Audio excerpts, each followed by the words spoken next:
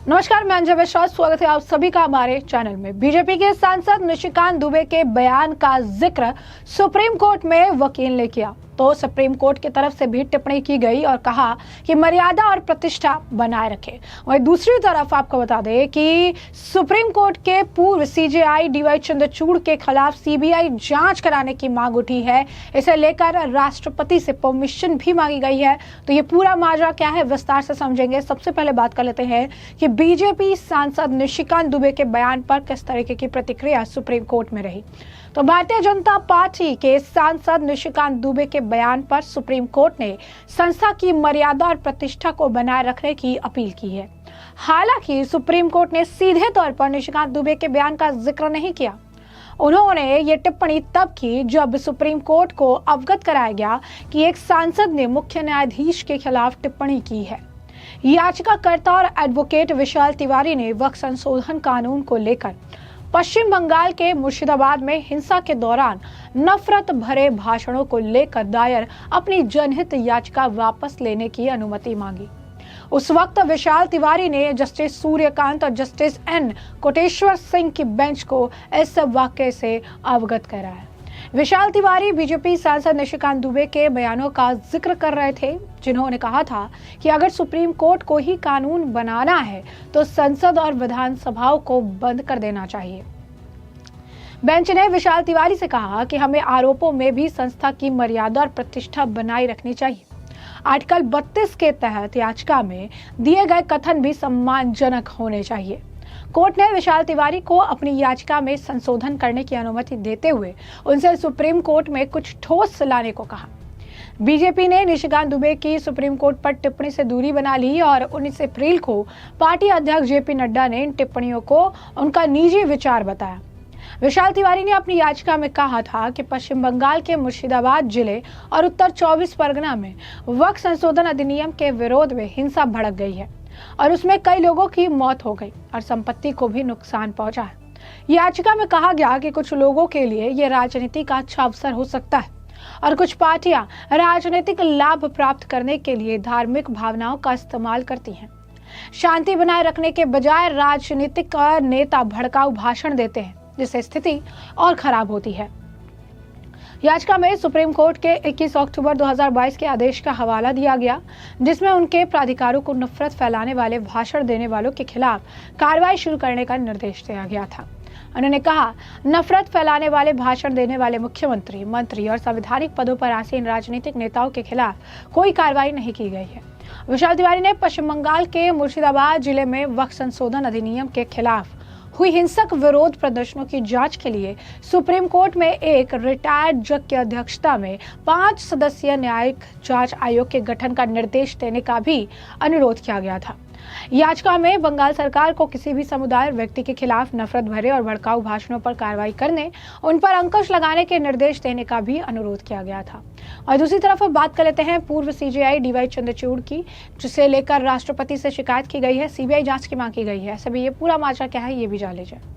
पूर्व CJI D Y Chandrachud के खिलाफ राष्ट्रपति को एक शिकायत भेजकर सीबीआई जांच की मांग की गई। शिकायतकर्ता पटना हाई कोर्ट के सेवानिवृत्त जज है, जिनका नाम राकेश कुमार है। पूर्व जज का आरोप है कि कथित तौर पर पूर्व सीजेआई चंद्रचूड़ ने एक मामले की सुनवाई के लिए सूचीबद्ध करने पर अति सक्रियता दिखाई थी। बता दें, किसी भी मामले को कब और किस पीठ के समक्ष सुनवाई पर लगाया जाएगा, ये तय करने का अधिकार सीजेआई को ही होता है। Chief justice master of roster होते हैं और किसी भी मामले की सुनवाई की अर्जियों को देखते हुए पीठ गठित करते हैं और कई बार अवकाश वाले दिन भी अर्जेंट मामलों की सुनवाई हुई है। जस्टिस राकेश कुमार ने 8 नवंबर 2024 को राष्ट्रपति को शिकायत पत्र भेजा, जबकि जस्टिस चंद्रचूड़ सीजेआई के पद से 10 नवंबर 2024 को सेवानिवृत्त हुए थे। जस्टिस कुमार ने आपको बता दें कि एक चैनल से बातचीत में बताया कि राष्ट्रपति को शिकायत भेजने और मामले की सीबीआई की जांच कराने की मांग की पुष्टि की। जस्टिस राकेश कुमार वही हैं जिन्होंने पटना हाईकोर्ट में जज रहते हुए अगस्त 2019 में हाईकोर्ट में भ्रष्टाचार के बारे में फैसला दिया था। उस फैसले के बाद काफी विवाद हुआ और 2 महीने बाद उनका तबादला आंध्र प्रदेश हाईकोर्ट में कर दिया गया था। जस्टिस राकेश ने पत्र में आरोप लगाया कि पूर्व सीजेआई चंद्रचूड़ ने कथित तौर पर 1 जुलाई 2023 को फर्जी दस्तावेज सृजित कर किसी को दोषी ठहराने का प्रयास करने की आरोपित अभियुक्त तिस्ता सीतलवाड़ की जमानत याचिका पर सुनवाई के लिए एक ही दिन में 2 बार विशेष पीठ गठित की थी। जस्टिस राकेश की शिकायत में कहा गया कि 1 जुलाई 2023 को छुट्टी थी। गर्मियों की छुट्टी के बाद सोमवार 3 जुलाई 2023 को नियमित रूप से सुप्रीम कोर्ट खुला था। आरोप है कि छुट्टी के दिन 1 जुलाई को तत्कालीन सीजेआई चंद्रचूड़ ने पहले दिन में सीतलवाड़ की जमानत पर सुनवाई के लिए विशेष पीठ गठित की। उस पीठ ने सुनवाई की, लेकिन पीठ सीतलवाड़ को अंतरिम राहत देने के मुद्दे पर एक मत नहीं हुई और उसने मामला बड़ी पीठ को भेज दिया। विशेष पीठ ने आदेश दिया कि केस सीजीआई के समक्ष पेश किया जाए ताकि वे सुनवाई के लिए बड़ी पीठ का गठन करें।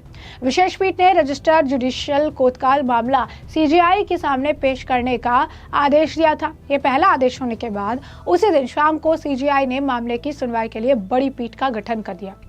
गठित की गई बड़ी पीठ ने उसी दिन सुनवाई की और अभियुक्त को अंतरिम राहत दे दी। हालांकि जस्टिस कुमार ने पत्र में कहा कि वो विशेष पीठ द्वारा विवेकाधिकार का इस्तेमाल किए गए आदेश पर कोई सवाल नहीं उठा रहे। उनका सवाल सिर्फ विशेष पीठ गठित करने से अति सक्रियता दिखाए जाने के संबंध में है।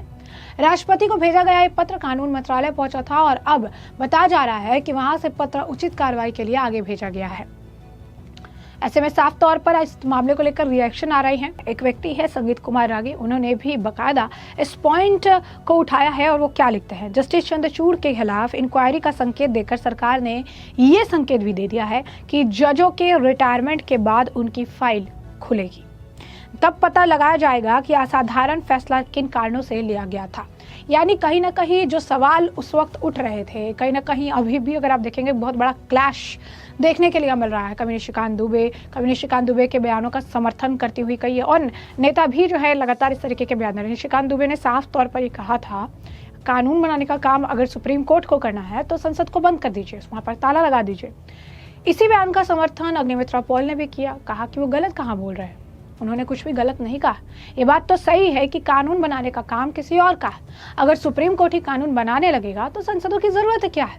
यहाँ पर इतने सारे लोग मिलकर एक कानून बनाते हैं, कई हाउस में से पास कराया जाता है, राष्ट्रपति के पास भेजा जाता है और एक याचिका लगने से उस पर रोक लगा दी जाती है। ऐसी स्थिति में संसद का आखिर क्या काम है। इसकी शुरुआत हुई थी उपराष्ट्रपति जगदीप धनखड़ से, जहां पर उपराष्ट्रपति जगदीप धनखड़ ने सुप्रीम कोर्ट के उस फैसले का हवाला दिया था जहां पर उन्होंने ये बात कही थी कि कोई भी कोर्ट, चाहे सुप्रीम कोर्ट ही क्यों ना हो, राष्ट्रपति को डायरेक्ट नहीं कर सकता, उसे समय सीमा में नहीं बांध सकता है कि आपको इस समय सीमा में 2 महीने या 3 महीने के भीतर ये फैसले सुनाने होंगे, वरना वो कानून बन जाएगा। कोई भी कोर्ट जो है वो राष्ट्रपति को नहीं जो है डायरेक्ट कर सकता है, उन्हें नहीं फैसला उनके ऊपर नहीं सुना सकता है कि आपको ये करना है। ये लोकतंत्र के खिलाफ। उन्होंने कहा था, मैंने कभी ये नहीं सोचा था कि एक ऐसा समय आएगा जब कानून भी अब सुप्रीम कोर्ट के हाथों चला जाएगा और वही डिसाइडिंग पार्टी हो जाएगी, तो फिर इन सब चीज़ों का क्या फ़ायदा है। आर्टिकल 142 का जिक्र करते हुए उन्होंने कहा था कि ये समय के साथ सुप्रीम कोर्ट के हाथ लगा हुआ टाइम बम बन चुका है। और उसके बाद निशिकांत दुबे, उसके बाद मनन मिश्रा, उसके बाद अग्निमित्रा पॉल और तमाम तरीके के बयान सामने आए। और अब ये जो रिएक्शन अगर आप देखेंगे कि देखने के लिए मिल रहा है कि अब पूर्व सीजीआई के ऊपर भी सीबीआई की जांच की मांग की जा रही है, इससे भी ये बात कहीं ना कहीं स्पष्ट है कि चाहे एक स्लाइटेस्ट अगर आप कह सकते हैं कि अगर ऑप्शन है और स्लाइटेस्ट भी अगर डॉप्ट है कि किसी फैसले को लेकर अतिशीघ्रता की गई या किसी फैसले में कुछ चीज़ों को पॉइंट आउट नहीं किया गया, तो जब सेवानिवृत्ति हो जाएगी इसके बाद उनके खिलाफ भी फाइलें खुल सकती है। तो ऐसे में हमने आपको जो बड़ा मामला है विस्तार से बताया। इस मामले पर अब आपकी जो राय हो कमेंट सेक्शन में कमेंट करके जरूर से जरूर साझा करिएगा। धन्यवाद।